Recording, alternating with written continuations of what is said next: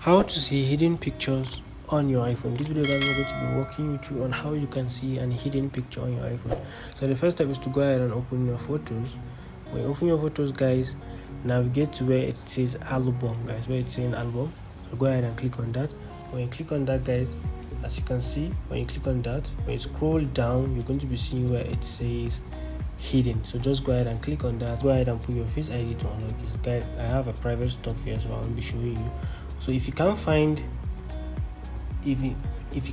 your hidden pictures here, so if you go to your album and you can't find hidden here, just go ahead and open your settings. When you open your settings guys, scroll down to where it says photos. Click on where it says photos there. So go ahead and click on that. When you click on that, you're going to be seeing where it says show hidden album. So just go ahead and toggle this on guys. Go ahead and toggle this on.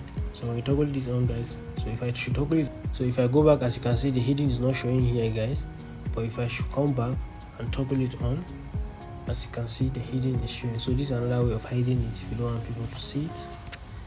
So you can just go ahead and play around with the settings. You can turn off this with your face ID. You can go ahead and turn it off.